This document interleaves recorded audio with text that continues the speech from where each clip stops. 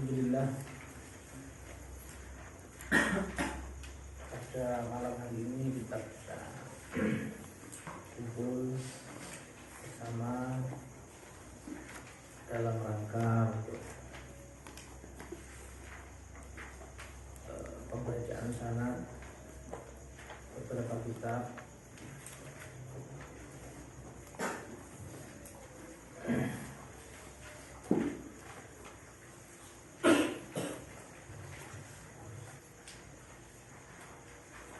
Dalam keadaan sehat walafiat tanpa kekurangan satu apapun.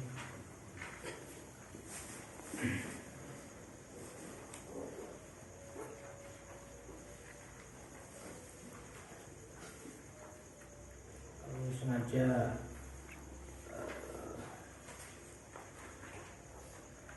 meminta kalian semua untuk datang ke sini membaca sanad di sini, meskipun toh tempatnya masih belum siap seperti sekarang ini, masih berantakan, masih belum jadi. Mohon doanya semoga segera rampung dan kita menjadi tempat yang barokah. Maaf, kenapa kalau belum jadi seperti sekarang? Karena kami ingin mendapatkan keberkahan dari para thalibul ilm,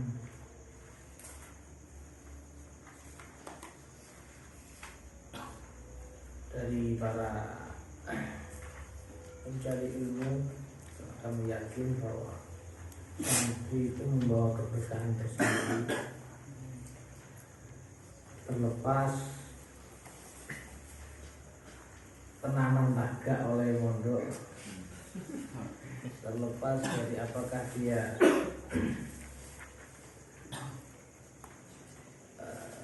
serius ketika mondok atau tidak. Tapi yang jelas santri itu membawa keberkahan, karena nawaitunya dari rumah apa? Talabul ilm litafaqquh fiddin.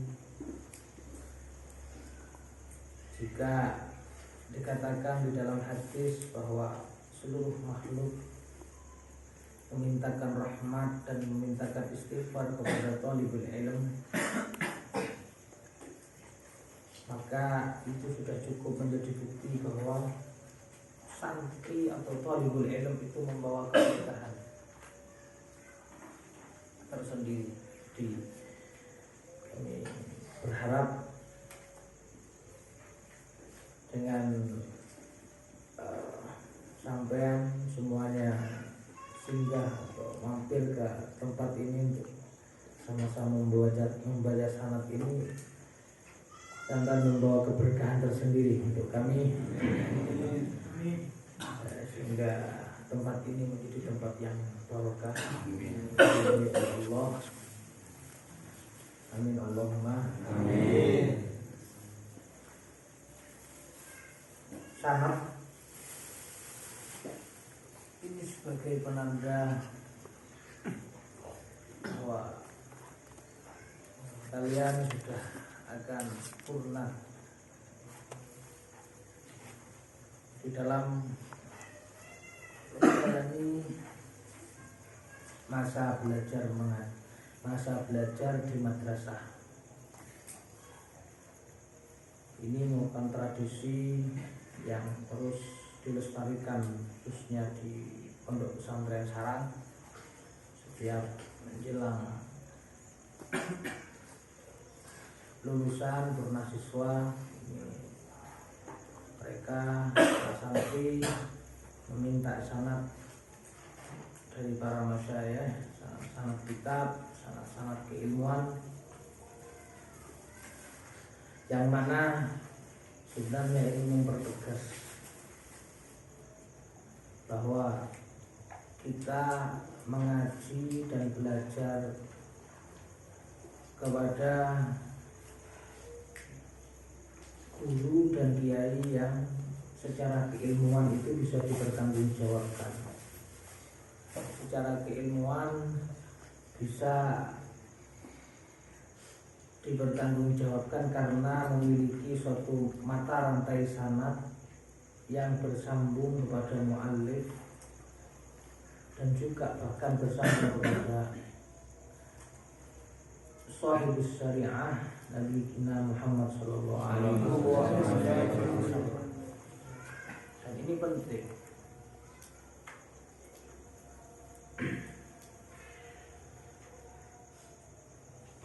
Makanya kalau di dalam ilmu hadis itu pentingnya sanad sampai dikatakan as-sanad minaddin aw as-sanad la qala man sa'a ma sya'a.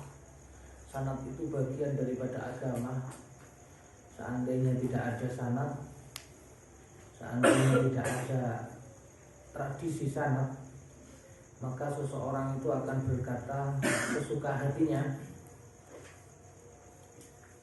tanpa ada dasar yang bisa dipertanggungjawabkan. Nah, dengan adanya sanad ini setidaknya menjaga tradisi keilmuan agar tetap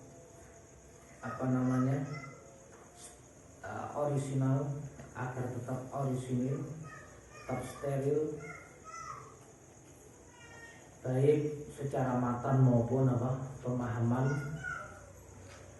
yang tentunya bisa dipertanggungjawabkan dan memiliki mata rantai yang jelas sambung kepada mu'alif maupun kepada kepada Kanjeng Nabi Muhammad SAW. Makanya tidak heran jika Sayyidina Ali berpesan, inna hadzal ilm dinun fanzuru ila man ta'khudhu dinah. Ilmu ini atau ilmu syariah ini adalah agama, maka lihatlah kalian mengambil ilmu dari siapa. Ini suatu pesan yang mendalam bagi kita agar kita itu tidak sembarangan mencari guru, tidak sembarangan mencari mursyid. Kita diarahkan bagaimana kita bisa mencari guru dan kiai mursyid yang memiliki keilmuan yang bisa dipertanggungjawabkan, memiliki suatu sanad yang sambung kepada para guru. Nah, sehingga kita sebagai santri itu tidak kepaten obor ya. Jika tidak kepaten obor itu kita tidak memiliki setrum. Artinya kepaten obor itu bagaimana? Kita setrum kita itu tidak nyambung kepada salaf. Setrum kita, setrum baik itu pemahaman ataupun keilmuan yang tidak sambung kepada salaf, berarti itu yang kepaten obor. Nah, agar tidak kepaten obor maka kita harus mencari guru yang memang benar-benar memiliki sanad yang jelas. Nah, tradisi ini harus terus dipertahankan, khususnya di sarang. Dan alhamdulillah tradisi seperti ini sudah dimulai juga diikuti oleh beberapa pondok pesantren yang lain, karena menurut ini memang sangat-sangat penting sekali untuk membendung adanya paham-paham yang menyimpang dari paham-paham salaf. Ya, karena kalau tidak memiliki sanad ini kan tanyakan ini keilmuannya dari mana, gurunya dari siapa. Kalau kata guru kami, kita ini menerima sanad keilmuan itu bukan hanya mantuk, bukan hanya nas matan saja, tapi juga mafhum. Mafhum yang benar, pemahaman yang benar, yang turun temurun dari guru ke guru, dari guru ke guru sampai tembus kepada para sahabat dan juga bersumber dari Kanjeng Nabi Muhammad SAW. itu yang harus kita pertahankan.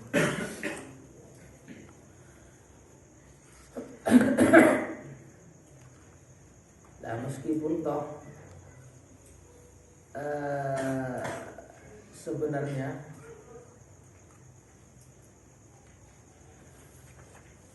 ada yang mungkin agak salah kaprah ya. Banyak mereka hanya mencari sanad saja tapi gak melok ngaji. Ya enggak, ini santai saja.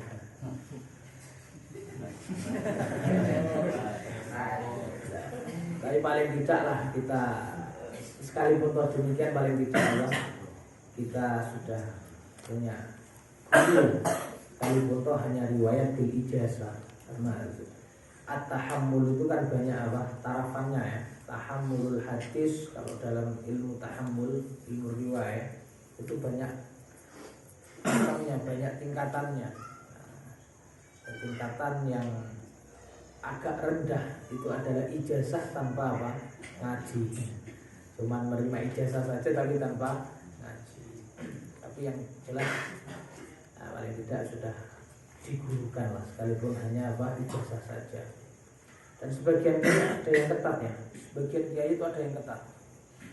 Beberapa waktu yang lalu saya ada apa acara di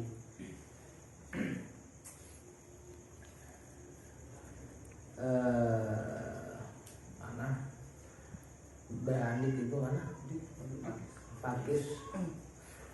Nah, sebelumnya saya kontak sama putranya, saya ingin minta sanad kitab apapun boleh, ingin minta sanad kitab apapun, entah itu fikih atau kitab tasawuf, terserah beliau, pokoknya kersane beliau, pokoknya kami ingin menyambung sanad kepada beliau, sehingga sanad fil ilm. Sudah saya kontak, disampaikan ke beliau, terus jawaban beliau sederhana saja. Lek pengen sanad ya ngaji dhisik. Lek pengen sanad ya ngaji dhisik. Lek orang ngaji ora tak kei sanad wae. Berarti ini beliau yang apa? Madhabnya madhab yang ketat. Dan ini sama dengan madhabnya para ulama Hadramut ya. Para ulama Hadramut itu jarang sekali yang memberikan sanad kecuali Habib Salim As-Sadili. Kalau Habib Salim karena beliau mungkin mengikuti madhabnya ulama Makkah ya, yang agak apa namanya murah, agak enak lah, loyal dalam memberikan sanad. Jadi kalau ulama Hadramut secara umum sangat ketat sekali, sangat hati-hati. Jadi kalau tidak mungkin beneran di dalam mengkaji misalkan minhaj, maka nggak akan dikasih. Kalau tidak memang benar-benar mungkin mulazim kepada syekh, maka nggak akan dikasih. Kami saja ini nggak punya sanad minhajul thalibin dari masyayikh tarikh, nggak punya saya. Kenapa? Karena belum pernah mulazim secara mungkin kepada masyayikh di sana. Hanya ngaji di perkuliahan saja. Makanya mereka para masyayikh itu enggan untuk memberikan sanad kitab minhaj kepada kami. Satu angkatan semuanya tidak diberi. Ini madhabnya yang ketat. Kalau di Indonesia ini kebanyakan mayoritas mengikuti madhab madhab Makkah ya, karena rata-rata ngajinya ke Makkah. Maka dari itu kalau kita amati di sanad-sanadnya para kiai kita di Indonesia, di Jawa khususnya, itu kan ada yang arwihi samaan, ada arwihi ijazatan. Berarti kalau ijazatan beliau tidak mengaji, hanya menerima ijazah saja, tidak mengaji kepada syekh sebelumnya yang memberi sanad itu, hanya menerima ijazah saja. Nah, jadi kalau kami ya mengikuti apa ya dipadukan lah.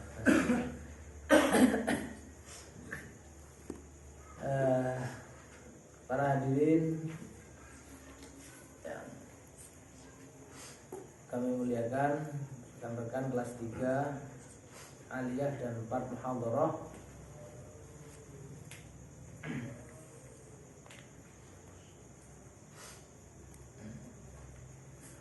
Langsung saja ya, biar gak terlalu malam. Nanti sambil berjalan. As-sanad, kami belum sempat sebenarnya. Kami menulis nasihat atau irsyadat sampai pegang, tapi tidak tulis di sini. As-sanad, sanad kitab Asbah wan Nadhair ini ya. Arwihi sama'an anil Dr. Abdurrahman bin Abdullah As-Sagaf. Kami menerima riwayat Asbah wan Nadhair ini dari Dr. Abdurrahman As-Sagaf, guru kami di kuliah di Al-Ahqaf, pernah ke Pondok Mis untuk membuka pengajian kami beberapa tahun yang lalu. Kami mengaji Asbah wan Nadhair kepada beliau, akan tetapi tidak sampai rampung ya, tidak sampai rampung, hanya beberapa bab saja. Kemudian wa ijazatan, dan kami menerima kitab ini ijazah dari Allama Muhammad Amin bin Abdullah bin Yusuf bin Hasan Al-Harari. Saya Muhammad Amin Al-Harari ini sahibut ta'alif, mu'allafat katsir, banyak karya-karya beliau, di antara lain tafsir Hadaiqur Ruh war Raihan ya. Berapa jilid itu? 20 atau 21 jilid. 31, luar biasa. Kemudian beliau juga punya sarahnya Sahih Muslim dan beberapa kitab-kitab yang lain, banyak sekali. Kami menerima riwayat ini secara ijazah saat kami haji pada tahun 2013. Saat itu kami diantar oleh Pak Le dari Jakarta. Kita kami haji, kemudian diajak sama beliau untuk sowan-sowan kepada masyayikh di sana, dan kami gunakan kesempatan untuk minta ijazah kepada para masyayikh di sana. Dari sanad, dan alhamdulillah kami mendapatkan sanad dari kitab-kitab beliau. Muhammad Amin Al-Harari ini, beliau meriwayatkan wa huwa yarwi anil musnid Allamah Syekh Yasin Al-Fadani. Syekh Yasin Al-Fadani di sanad-sanadnya Syekh Yasin ini turun kepada Syekh Muhammad Amin Al-Harari, banyak yang turun kepada beliau. Nah, kalau tingkatannya berarti sama dengan Masyayikh Sarang ya. Jadi Syekh Muhammad Amin ini tingkatannya sama dengan masyayikh kita di Sarang, karena Maimun, Mbak Naji, Mbak Said, Abah juga menerima sanad dari siapa? Syekh Yasin. Jadi sama, tahapannya sama.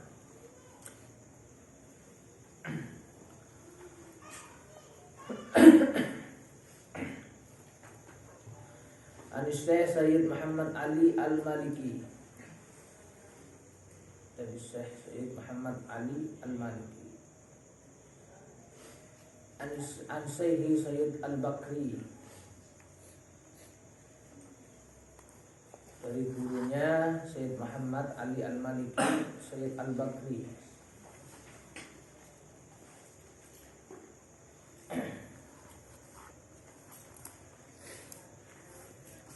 An Ahmad, an Sayyid Ahmad bin Zaini Dahlan, dari Sayyid Ahmad Zaini Dahlan. Sayyid Ahmad Zaini Dahlan.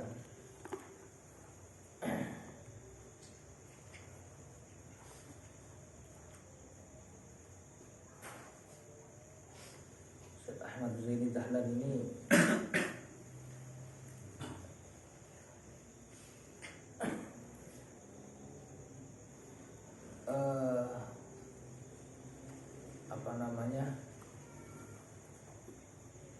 termasuk salah satu dari gurunya Imam Nawawi ya, An-Nawawi ya, apa? Nawawi Banten ya.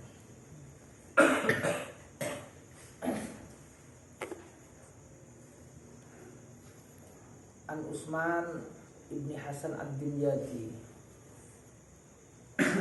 Anil Allama Muhammad bin Abdul Qadir al-Amir An Ali bin Muhammad al-Arabi as-Saqqat An Abdullah ibn Salim al-Basri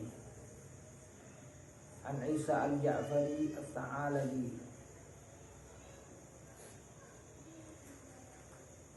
An Ali al-Ajhuri An Sirajuddin Umar bin al-Ja'i An mu'allifiha al-Hafidh Jalaluddin Abil Fadl Abdurrahman bin Abi Bakar ibni Abi Bakar as-Suyuti.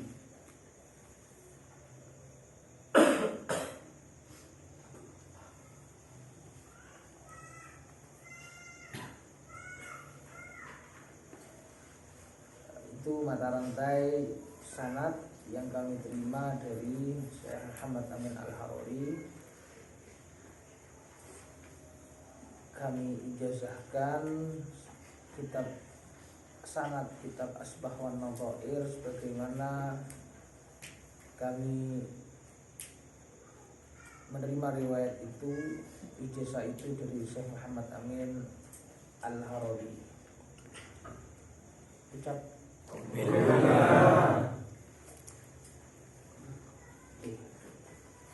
kitab Asbah wan Nadhair.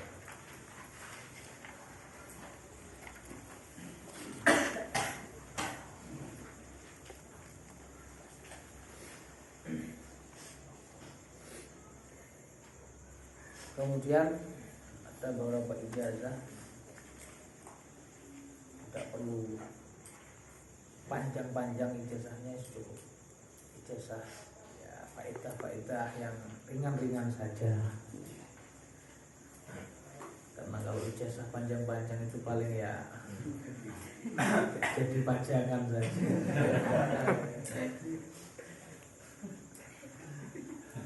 Faedah pertama tentang jalbul rizq, untuk menarik rezeki. Ini pentingnya.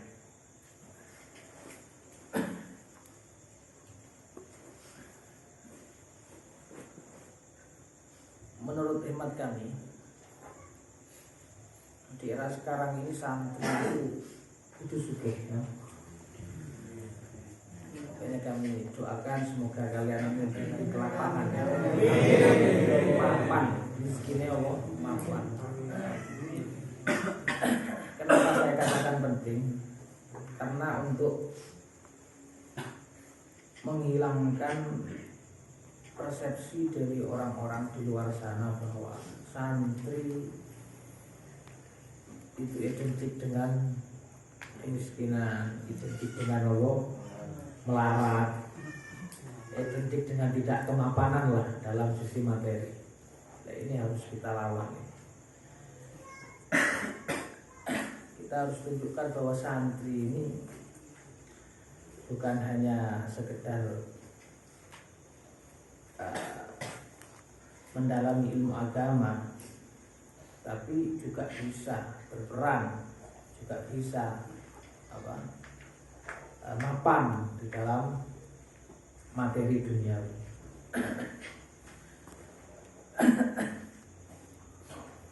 Karena kan orientasi orang sekarang itu adalah materi. Semuanya itu diukur dari materi. Kalau materinya mapan, maka disegani, dihargai. Itu orang-orang sekarang. Sehingga itu juga merambah di dalam pilihan pendidikan.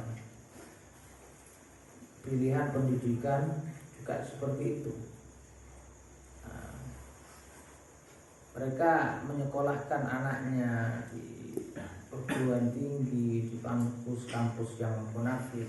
Itu karena orientasi mereka adalah kemapanan materi. wah kalau sekolah di sini perguruan tinggi ini nanti kalau mencari maisha, mencari pekerjaan mudah, gampang, mencari uang gampang. Nah, jadi itu orientasi mereka di dalam memberi pendidikan kepada anak. Nah, sedangkan pesantren kenapa tidak begitu dilirik oleh masyarakat umum, masyarakat awam pada umumnya? Karena menganggap ya santri ini gak ngareso kerja. Santri itu dipangani opo anak kuwi.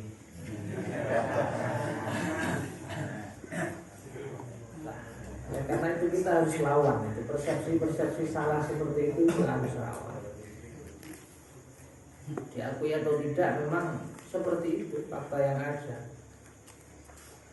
Makanya tidak heran ada patah mengatakan ra'aitun nasa qad malu ila man indahu mal. Jadi wong sugih disegani ya. Disegani, dihormati dan menjadi panutan. Jadi kok ono wong tuwa delok ae. Mari sekolah tinggi ning kono. Mari sekolah kuliah ning kono, akhir saiki mapan uripe. Duwe akeh. Akhirnya apa? Terdorong untuk menyekolahkan anaknya ke perguruan tinggi juga karena orientasinya sudah uang. Nah, kita sebagai santri harus merubah persepsi itu dengan apa? Santri itu mapan dalam sisi materi agar apa? Lambat laun hilang persepsi itu. Ternyata santri yo akeh sing sugih. Ternyata santri akeh sing mapan ini materinya. Kan seperti itu. Nah, itu bagian daripada dakwah ya. Nah, dakwah itu bukan hanya bil ilm tapi juga bil mal. Bil hal yo kanggone wong kusuk-kusuk.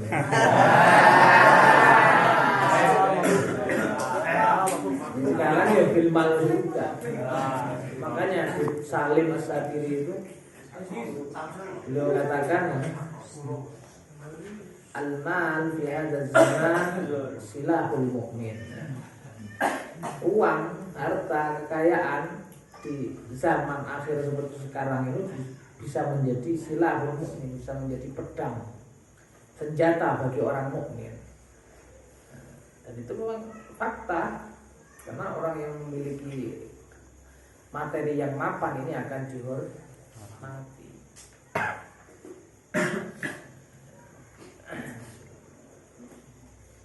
Dan juga kalau santri, kalau pendakwah atau santri itu mapan materinya, itu akhirnya dia tidak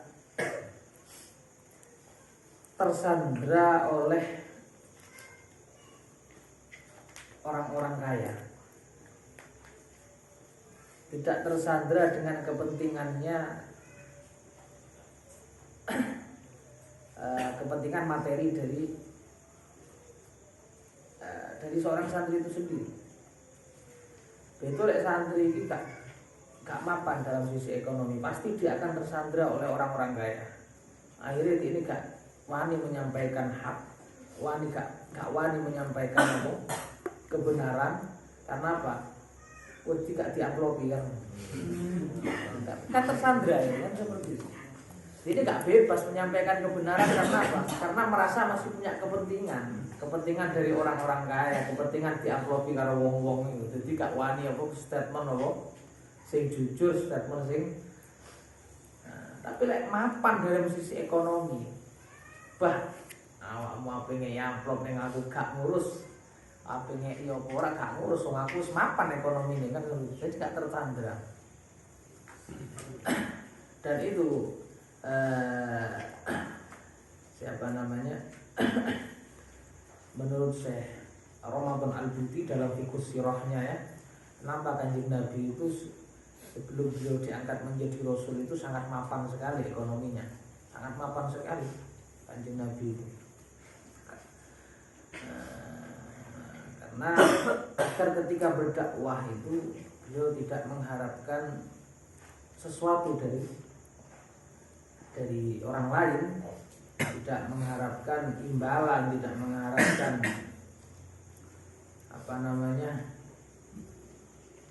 upah,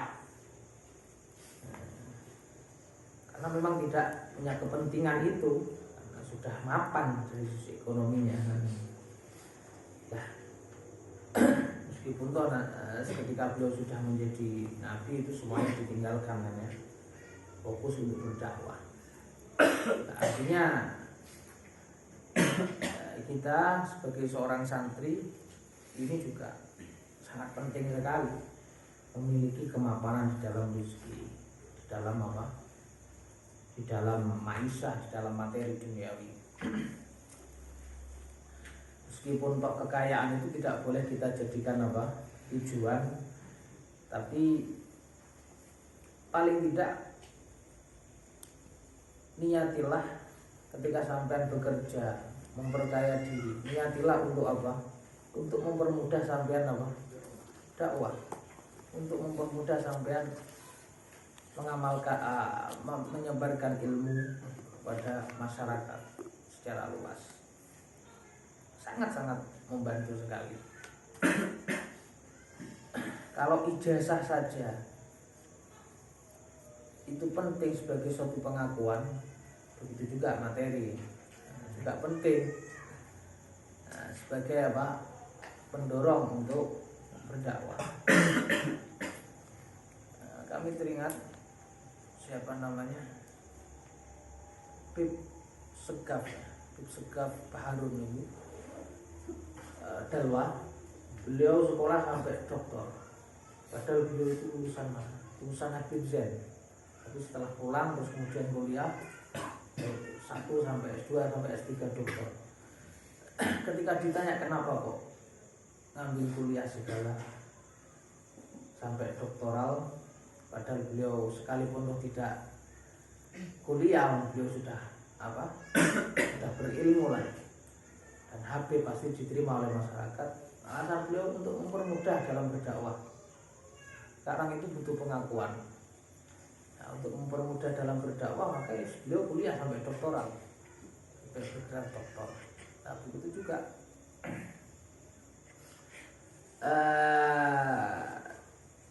di antara lain faktor yang mempermudah kita untuk berdakwah ini adalah materi. Meskipun ini kalau dalam bab tasawuf enggak sesuai ya. Tasawuf kan ngejai zuhud ya. Ngejai taruh.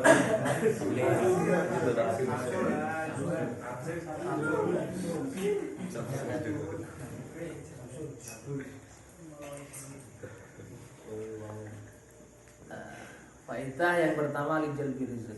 Al-Jazari Husain bin Umar Al-Haddad.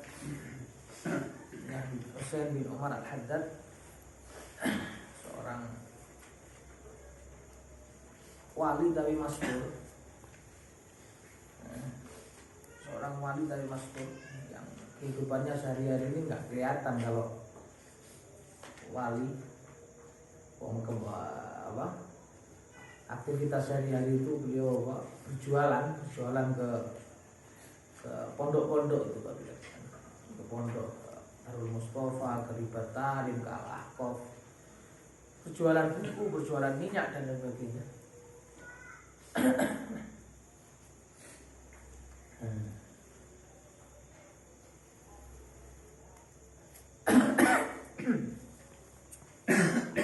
Dan berpakaian ya seperti pada umumnya orang-orang biasa, bukan pada umumnya seorang kiai, seorang habib besar, enggak.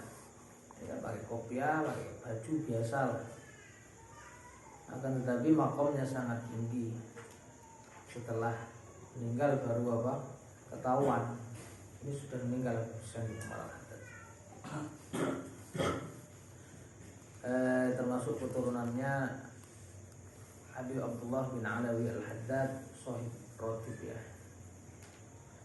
Wahwa Al-Habib Husain Anil Habib Muhammad bin Ali bin Abi Bakar Al-Junaid Tarim.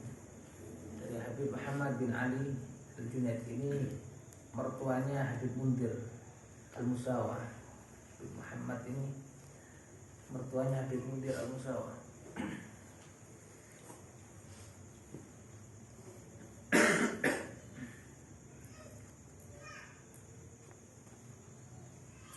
Beliau katakan Iqra' hadza dzikr. Iqra' hadza dzikra dubura kulli shalah. Jadi dubura kulli shalatin, jangan dima'rifatkan. Subhanallah walhamdulillah wa la ilaha illallah wallahu akbar wa la haula wa la quwwata illa billahil aliyyil azim. Salasa marrat, 3 kali membaca ini. Ini apa?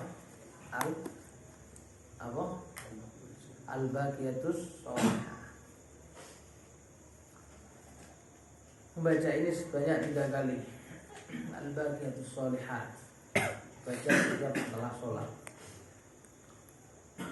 Dan ternyata ada riwayat, meskipun toh mungkin hadisnya tidak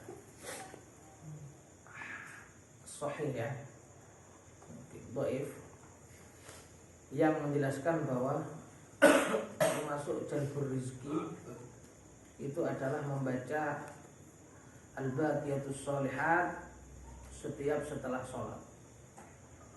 Itu ada di kitab Kaifa Takunu Ghaniyah ya. Terangan itu ada di kitab Kaifa Takunu Ghaniyah. Dia membaca ini. Subhanallah, alhamdulillah, wa la ilaha illallah, Allahu akbar, wa la haula wa la quwwata illa billahil aliyyil azim. Mudah, ringan ya. Mudah dan ringan.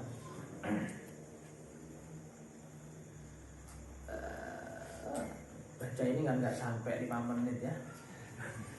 1 menit aja nggak sampai. Paling tidak kita itu paling tidak punya andalan zikir ya. Punya zikir yang diwadifai, zikir yang istiqomah. Meskipun toh sedikit. Jangan sampai seorang itu tidak memiliki satu zikir apapun. Ya, ada kata-kata itu, man la wirdalahu fahuwa irdun. Jadi kita itu harus memiliki wiritan meskipun toh sedikit. Yang wiritan itu kita istiqomah. Nah, siapa tahu dari wiritan yang kita istiqomah itu yang menyebabkan kita mendapatkan berkah, mendapatkan ridhonya Allah, kan kita tidak tahu. Nah, ini baca subhanallah alhamdulillah wa la ilaha illallah wallahu akbar wa la haula wa la quwwata illa billahil aliyyil azim. 3 kali saja setiap setelah sholat.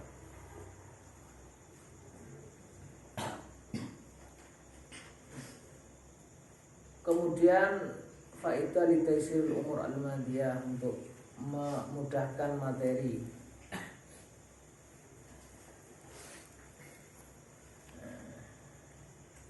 Ajazani Al-Habib Husain bin Umar Al-Haddad wa Al-Habib Habib Muhammad bin Ali bin Abi Bakar Al-Junaid Tarim. Iqra' bismillahirrahmanirrahim. Ya hayy ya qayyum habli min ma'rifati qayyumatik ma astarihu bihi min qaddit tadbir wa habli min musyahadati alqafik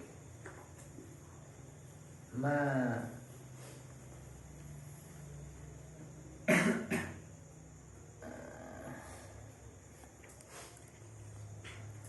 yassara li bihi kullu asir, atau ma tuyassiru li bihi kullu asirin innaka ala kulli syai'in qadir.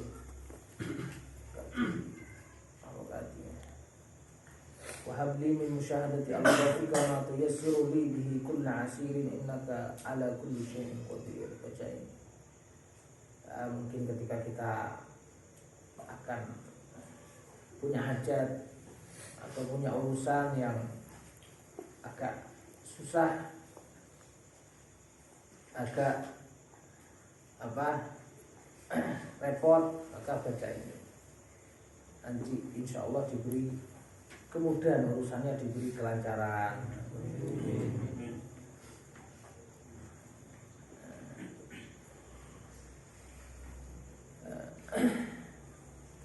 Kemudian termasuk lagi jalbil rizki, dan ini yang saya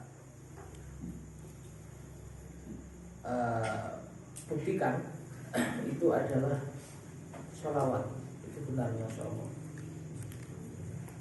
Kalau istiqomah membaca sholawat itu diberi kemudahan rizkinya. Minimal 300 setiap hari, minimal 300. Dan itu mujarab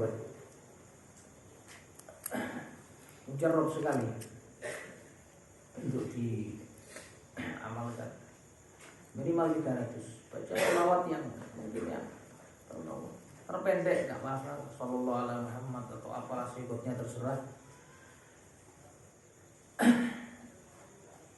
Itu subhanallah, saya banyak menemukan keajaiban dalam sisi rizki. Min haitsu la yahtasib rizki bilang.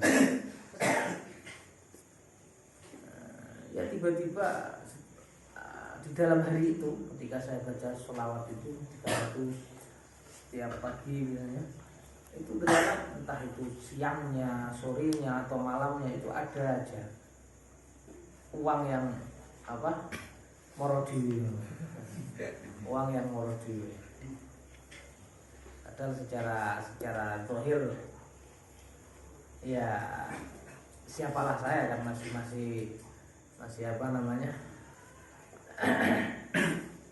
masih seperti kalian kan, seperti itu.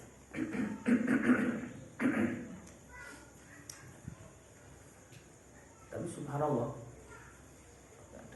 datang dari arah-arah yang memang tidak terduga, bacaan sholawat.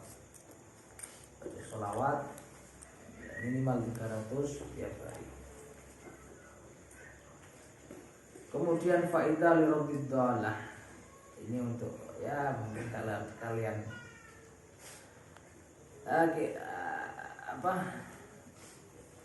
kehilangan sesuatu, baca ini mujarrab juga.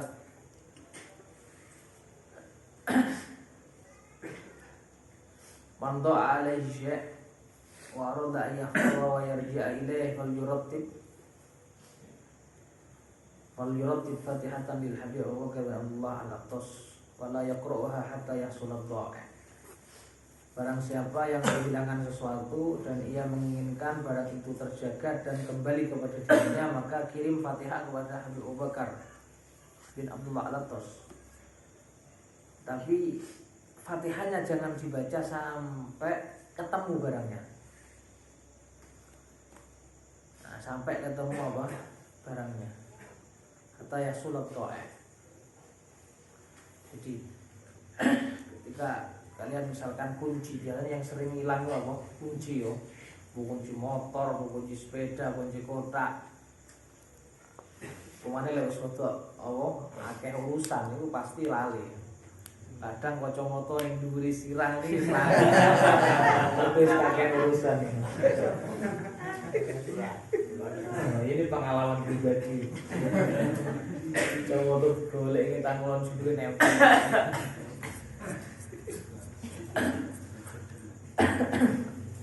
Kayak ini, ketika kalian mungkin kehilangan sesuatu hal-hal yang agak remeh gitu ya, kirim pakai Al-Fatihah Habib Abu Bakar Al-Aqtas. Jangan dibaca Fatihahnya sampai ketemu, ketemu lah kayak diwojo. Kenapa kok seperti itu? Jadi koyo Allah agar dibantu lah secara ruhiyah, dibantu oleh Abu Bakar Al-Aqtas. Ini Abu Bakar ini juga kutub ya, wali kutub.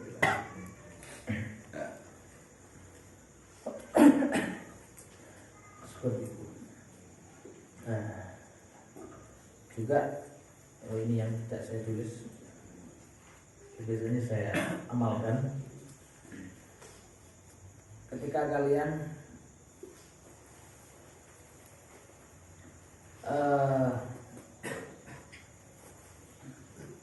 kewalik nganggo klambi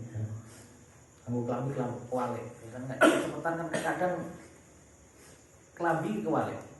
Nah, yang dalam ini di luar, yang luar di dalam kan biasanya seperti itu. Atau sarung kadang kewalik-walik.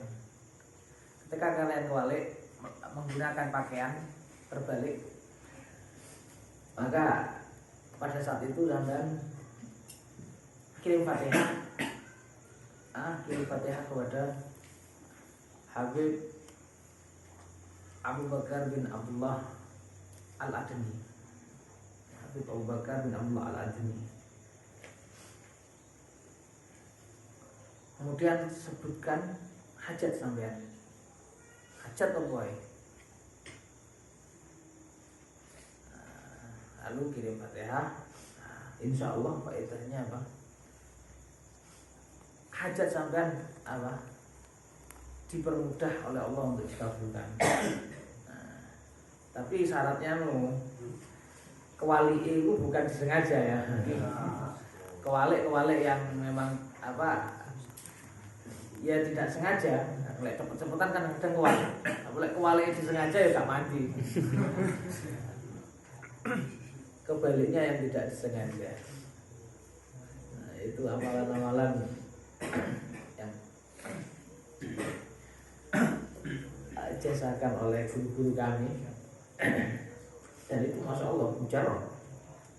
Yang penting yakin ya.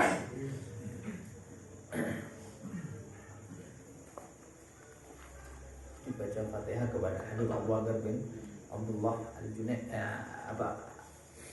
Al-Adni.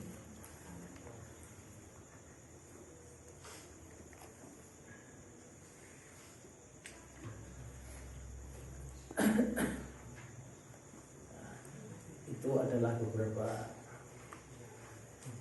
jasa yang kami sampaikan kepada kalian, yang kami jasakan kepada kalian. Tidak perlu banyak-banyak. Ijazah Rotibul Haddad, ijazah Rotibul Atos, atau ijazah Wirdul Latif dan lain sebagainya, ini insya Allah sudah dapat dari masyayikh yang lain ya. Rotibul Haddad punya ya. Dari jam. Ya. Rotibul Atos ada nggak?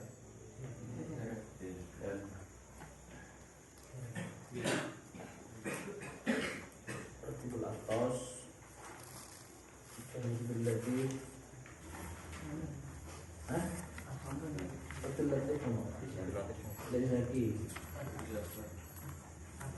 Atos paling nggak jaga ya.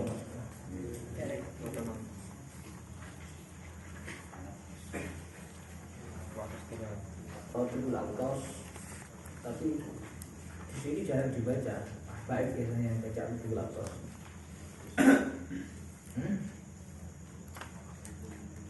Gus Baru nggak membeli Rotibul Atos.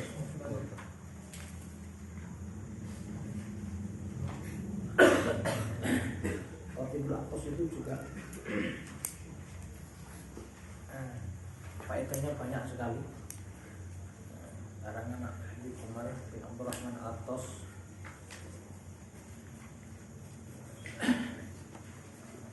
Dulu sebelum Al-Imam Haddad membuat Rotibul Haddad, menyusun Rotibul Haddad, ini yang dibaca oleh para habaib, oleh para masyayikh dulu, itu Rotibul Atos. Rotibul Atos. Biasanya keluarga Atos membacanya Rotibul Atos.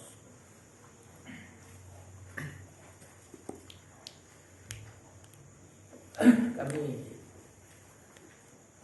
menerima ijazah Rotibul Atos secara umum, ijazah ammah. Jadi tidak disampaikan mata rantai sanadnya dari guru ke guru sampai kepada penyusun, tidak sampaikan sanadnya, hanya diberi ijazah ammah oleh guru kami. Tapi sekalipun toh demikian, paling tidak itu merupakan izin dari para guru yang mengijazahkan kepada kami untuk mengamalkan Rotibul Atos.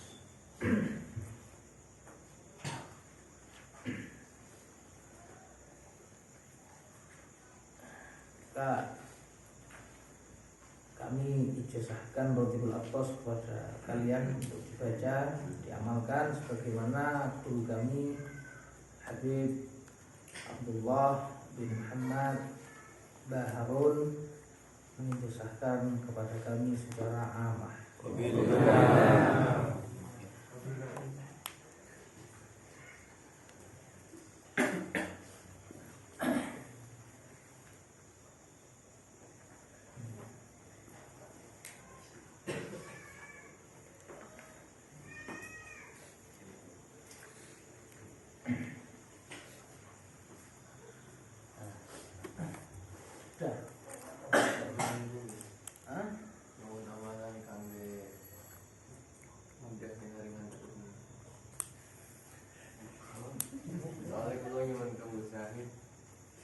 Aku nggak punya anak, minta tugas sama aja.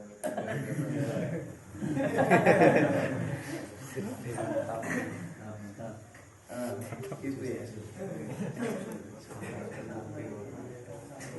Yang terus.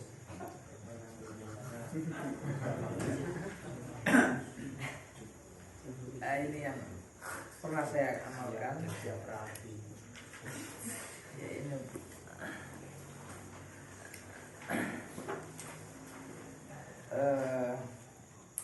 Ini saya catat jika ya di kelas 3 aliyah.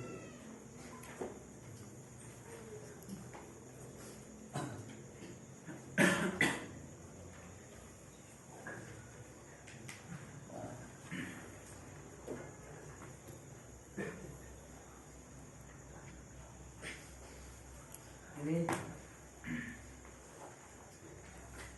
ketika mungkin istri kita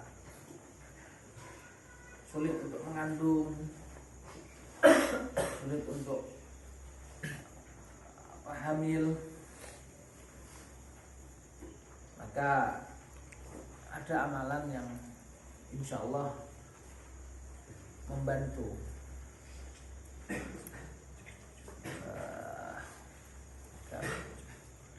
kita diberi kemudahan untuk hamil, untuk mengandung. Dan ini pernah kami amalkan.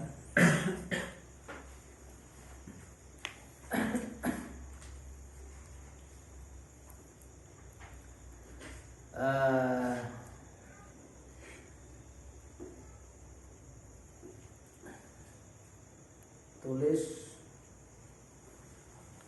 doa Allahumma in razaqtani waladan zakaron fa usammihi Ahmada au Muhammada. Allahumma in razaqtani waladan dzakaran fa usammihi Ahmada au Muhammada. Tulis di mana? Tulis di perutnya istri. Ma baina surrah wa rahim. Ya, jadi di perutnya istri. Ditulis dengan apa? Dengan ludah. Ditulis dengan ludah. Ludahnya istri atau ludahnya suami. Nah, insya Allah ini diberi kemudahan untuk melahirkan, karena masya Allah sangat kasihan sekali ya kalau belum kunjung mendapatkan keturunan, itu sangat kasihan sekali. Ini yang saya terima dari Habib Hussein.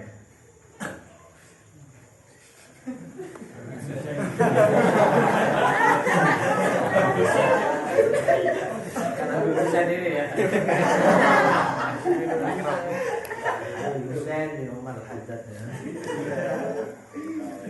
Nah, sedangkan yang kami terima dari Abah ini kaifiahnya hampir sama dan lafadznya sama. Lafadznya sama tadi.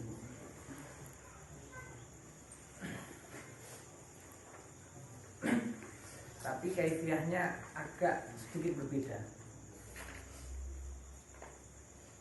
Nah, kalau yang dari Abah itu seperti ini. Ya tulis lafaz tadi Allahumma in razaqtani walad dan dzakaran fa usammi Ahmada aw Muhammada.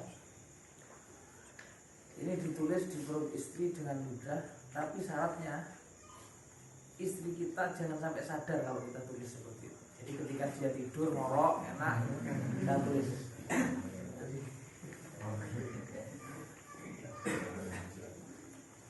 Dan yang dari Abah ini faedahnya untuk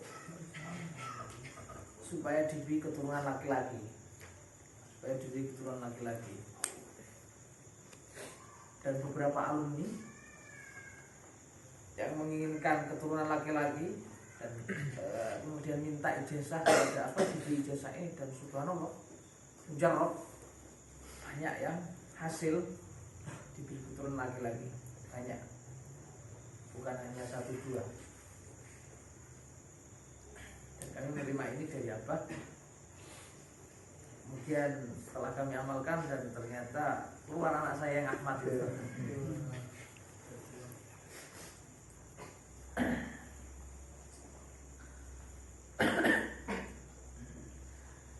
Jadi tapi nulisnya kalau yang amalan dari Abah itu nulisnya ketika istri kita sudah positif mengandung, positif hamil. Ketika sudah positif hamil, sebelum nafkuru ya, sebelum dibentuk ruh itu berarti bulan keberapa? 1 sampai ke 4 ya. 1 sampai bulan pertama sampai bulan ke-4 ini nulis tulisan tadi. Saat istri kita tertidur sehingga tidak terasa kalau kita menulis. Nah, kalau sampai kerasa batal, harus diulangi lagi. Pokoknya jangan sampai apa. Kalau solek bujune iki turune kok angel. Turune apa ngorok enak, ya enak. Mudah, tapi kalau istrinya apa cepet kroso yo angel ya. Seperti itu.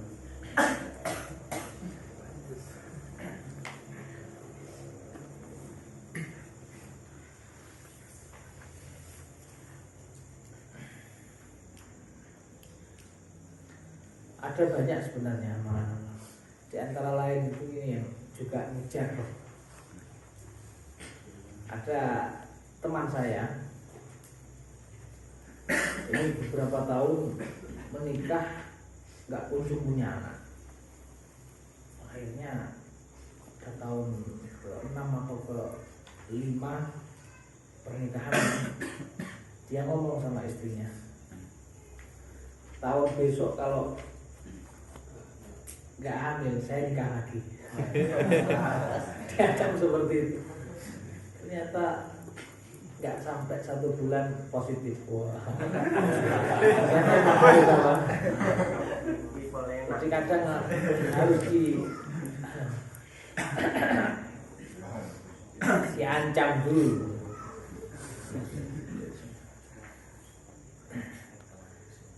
Tapi anak itu memang rezeki ya. Anak itu memang murni rezeki. Bagaimana harga rezeki? Nah, kalau rezeki itu berarti tidak bisa diukur dengan matematika ya. Belum tentu yang laki-laki dari keluarga walut, perempuan juga dari keluarga walut, nanti anaknya apa? Banyak, belum tentu. Malah kadang apa? Tidak punya keturunan. Dan mitosnya di Jawa kan seperti itu ya. Mitosnya di Jawa itu kalau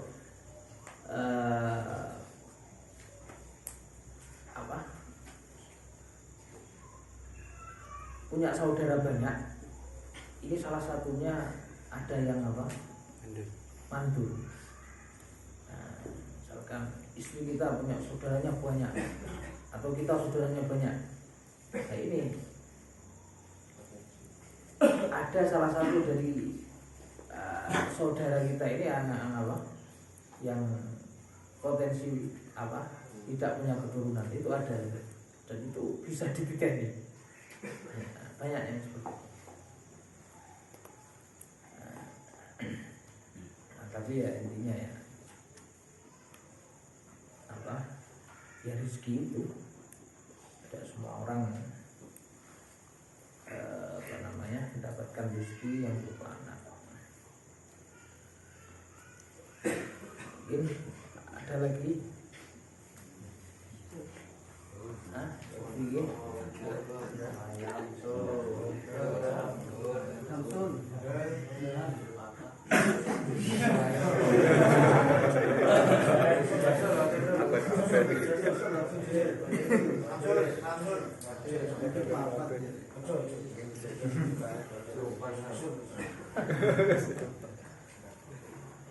Wah, kalau saya memberi jasa itu yang saya belum mengamalkan.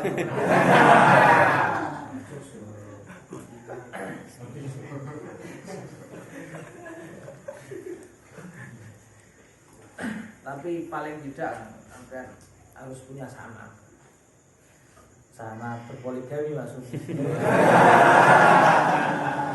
Kalau mau berpoligami ya cari guru yang sudah pernah poligami. Kalau belum berarti sana belum punya sanad. Jadi jangan coba-coba lah. Yang enak itu satu tapi rasa 4.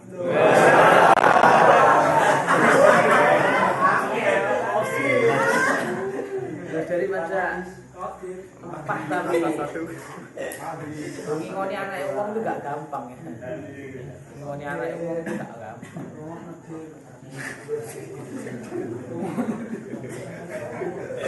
Pasti ada yang dikorbankan. Pasti ada yang dikorbankan. Maka kalau tidak mampu untuk lebih dari satu ya satu saja, nggak usah aneh-aneh.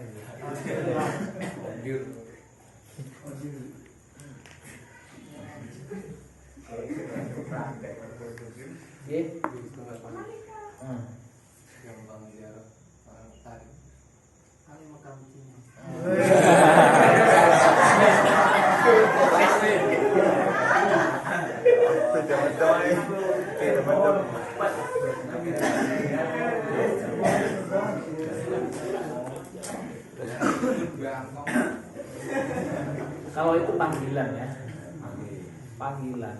Ziarah Makkah Madinah itu panggilan. Panggil ya dipermudah oleh Allah, tapi intinya duduk isi.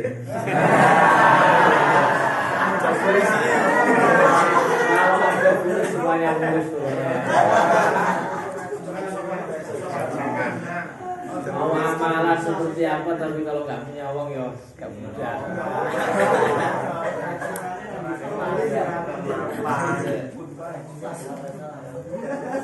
Jadi terkadang kita ya kan amalan kan juga sebagai bentuk tawakal kita, tapi ikhtiar kita juga ada. Ikhtiar itu ya kita punya materi enggak, punya usaha apa enggak. Saya teringat dari kejadian lucu. Ada orang, dia usahanya jual cendol. Pergi ke kiai, minta amalan ke kiai. Kiai, saya pengen amalan yang biar cepat kaya. Saya pengen beli mobil, pengen punya rumah, pengen haji, pengen umroh, pokoknya wis kabeh dipingini. Oh ya wis, wocor sholawat iki. Kiainya tuh nggak tahu kalau si tamunya itu berprofesi sebagai tukang cendol. Jadi beri ijazah sholawat sama kiai. Selang beberapa bulan balik lagi ke kiai. Kiai, Atul lagi. Selawat yang sampean kasih ini gak mandi ya.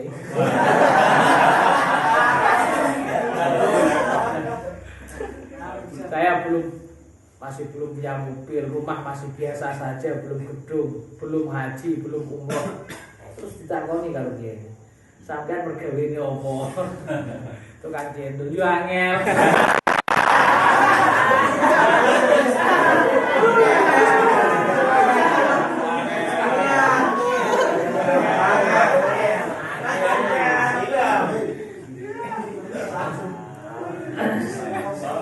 Jadi ya harus diukur lah.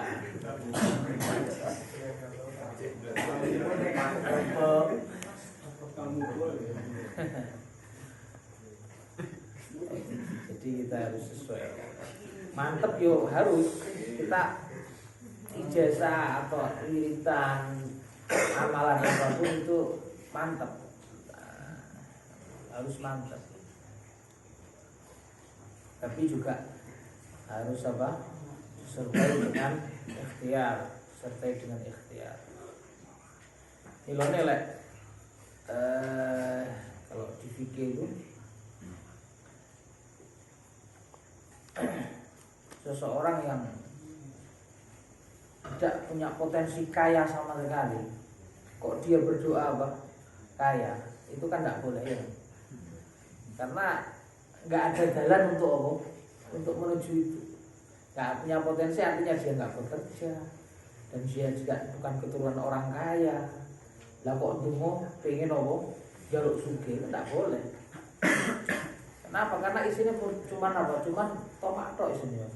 Cuman harapan-harapan sugih-sugih tapi nggak mau apa? Ikhtiar nggak ada pekerjaan, nggak ada jalan untuk menuju sana. Doa juga harus disertai dengan ikhtiar. Mungkin seperti itu.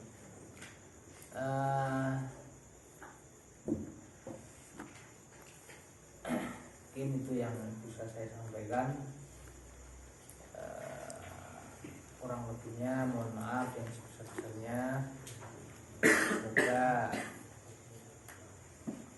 kita semua mendapatkan ilmu yang manfaat.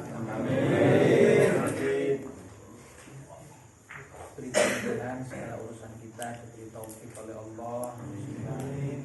Kita masih terus berada di barisan ilmu, berada di barisan agama, berada di barisan ahlul khair. Kita mendapatkan ridhonya Allah dan mendapatkan syafaat dari Rasulullah. Semuanya diberi panjang umur fi taatillah wa ridhoillah Muhammadin Rasulullah. Amin Allahumma.